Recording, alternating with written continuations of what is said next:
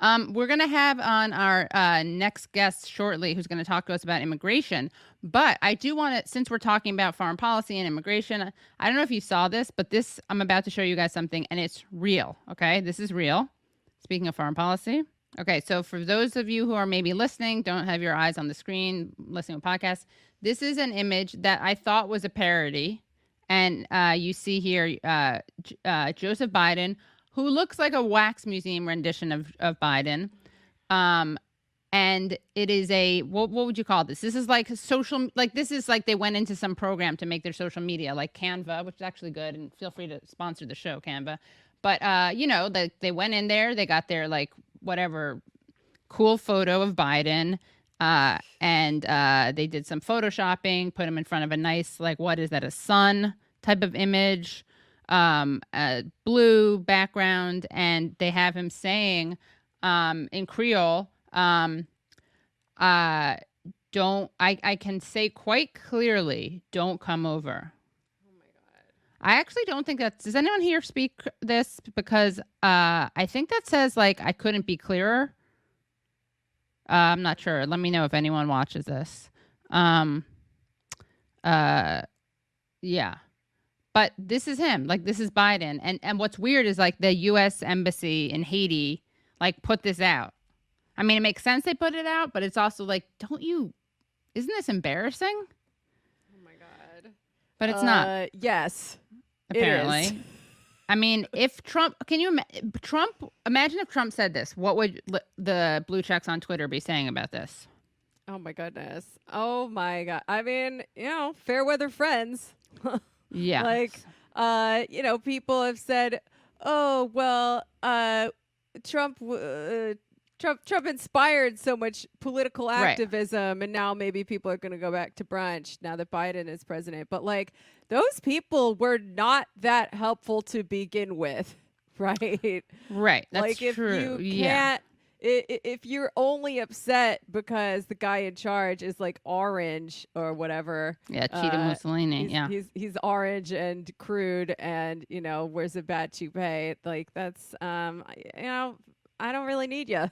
Like, these things happen under Democrats and Republicans. As much as people wanted you to think you just vote for Joe Biden and all the problems will be fixed with how this system treats immigrants. Right. Spoiler alert, that was never going to happen. So, yeah. I mean, as Jack has said on the show, the one thing he loved about Trump was he loved seeing the media like hate the president. I mean, they also loved, some of them loved, I mean, they loved him too. Like Rachel Maddow, obviously, as CBS, who was it? CBS said that great for ratings. But does anyone say, it's all not spectacle. welcome, don't come. Yeah. It's so bad. We live in a bad world, man.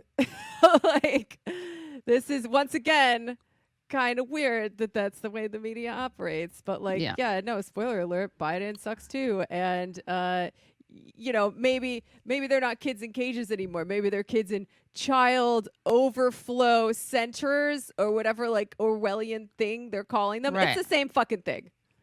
Yeah, it's the same thing. And as he said today, and we're going to get to this when our next guest comes on.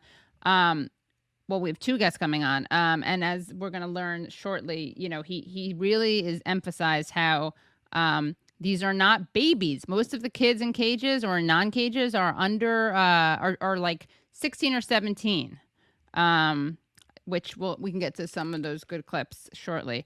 But let's see. We have one of our next guests. We're going to have a really good panel discussion. And one of our next guests is here. Okay. I should mention, too, the reason that Haiti is poor in the first place is because they have been made to pay for the crime of freeing themselves ever since, right? Haiti is the product of a slave uprising when the slaves on this island actually freed themselves and established their own nations, and they have been forced to be in debt to the first world ever since. I don't know as much about this as our guests probably, but that is a really important thing to remember. It's not just like, oh, Haitians are just poor for some reason, you know, and they all want to come here. Like, this is literally the US's fault to begin with. France's, then the US's. Yeah. Tell us though, Rania, before we get into your thoughts on what's happening in general, what's happening in the Middle East, want to know what you think about Israel, but tell us what you you have any news to announce by any chance? Any personal news? So as I announced today, I'm really excited to be joining the amazing stellar team at Breakthrough News. I'll be one of their hosts. I'll be doing, segments. Really excited to get back to doing on the ground reporting. I'm based in Lebanon, so I'll be doing a bunch of Middle East stuff, as well as other places. And I'm really glad, before I came on, I know you were talking about Eugene Perrier, a colleague of mine who's actually right now reporting from Haiti. That's why I brought him up. Yeah. He's on the ground there. Unfortunately, I think the internet service isn't very strong, so he's kind of limited to doing his podcast right now, The Punch Out, which everybody should listen to. It's like a daily must listen to. And it's a daily show. It's a 5-day week show. It's a daily podcast. Yes, The Punch Out. And I'm going to totally pull a Katie Halper. Halper, I've learned this from you. You're so good at promotion. I strongly recommend people go check out Breakthrough News, and also you can support Breakthrough News on Patreon /Breakthrough News. I'll get better at that. But no, I'm really excited to be moving to this outlet, because I really want to get back to my journalistic roots. And I think there's just like so much happening in the world, and there's, all these other big outlets have been closing their foreign bureaus. And I'm just really excited to be able to do some reporting out of the Middle East that I think is really lacking. But I think what's happening in Haiti is insane.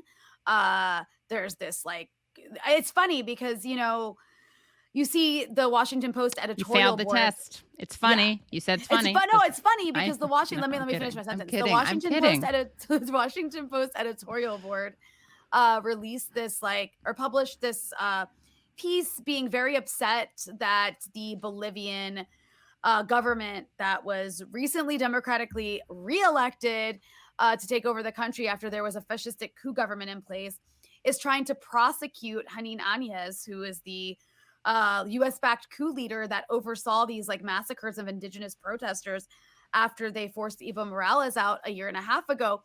So she's being prosecuted, as any fascistic coup plotter would be, right? Did you hear us talking about this, by the way? Keep going on this, but did you hear that? No, I didn't. I did not. That's fine. We were talking about this, but keep going. Speak on it. But the reason I mentioned this is because as this is happening, as the Washington Post supported the ouster of Evo Morales despite him winning a democratic election in 2019, and they totally whitewashed this fascistic coup that took over militarily and killed a lot of people. Yeah. Now they published this op-ed earlier this week, being like, oh my God, you can't prosecute Hanin Áñez. It's against democracy and against human rights.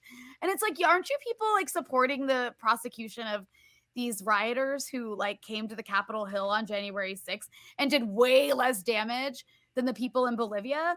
Yet they're totally running cover for fascists in Latin America.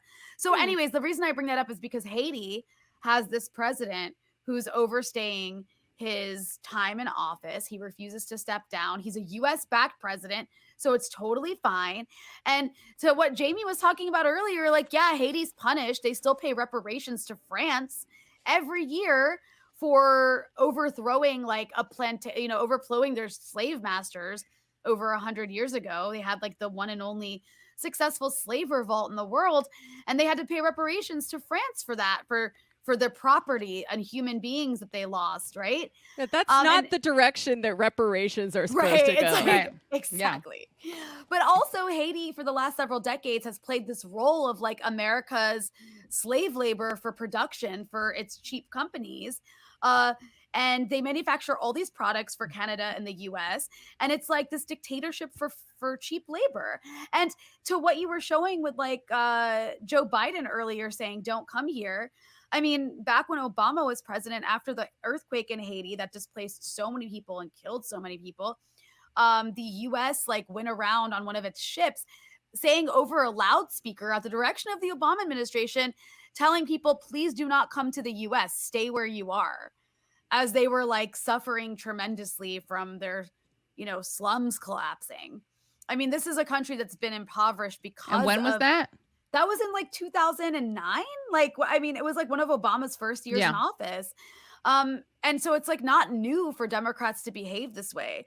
But in terms of like the situation for Haitians, like this is a country that is impoverished because of America, like directly. And they've had dictators imposed on them. They've had democratically elected leaders removed from office. Also, the US corporations can profit from what's essentially slave labor. People who are paid like $1 a day.